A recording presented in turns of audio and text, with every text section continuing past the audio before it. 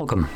In front of me is a TCL 50SE, and today I'll show you how you can enable and also set up your portable hotspot. To get started, you want to pull down your notifications by swiping down from the top of your screen and then swipe down once again to extend the list of visible toggles. Next, locate the hotspot toggle, which might be on one of the pages. For me, it is on the second page right over here. And once you see it, you can hold it. This will quickly take you to the settings where you can customize how the actual hotspot will work and also what the parameters are. Now, if you don't even want to change anything, which is completely fine, I still urge you to navigate in here because you do have the hotspot password, which is randomly generated. Without navigating in here, you have no way of knowing what it is set to.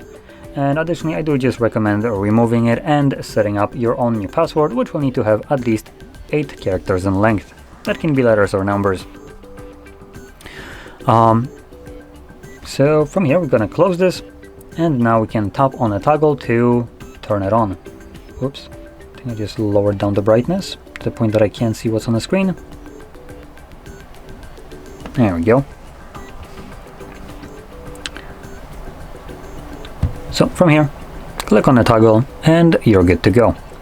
One thing that I'm going to check is if you enable your Wi-Fi, the hotspot is still enabled. Some devices tend to turn off Wi-Fi if you use hotspot.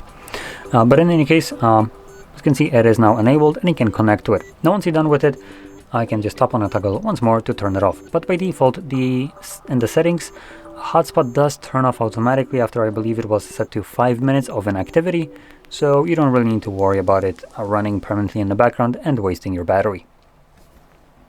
Now, with that being said, if you found this very helpful, don't forget to hit like, subscribe, and thanks for watching.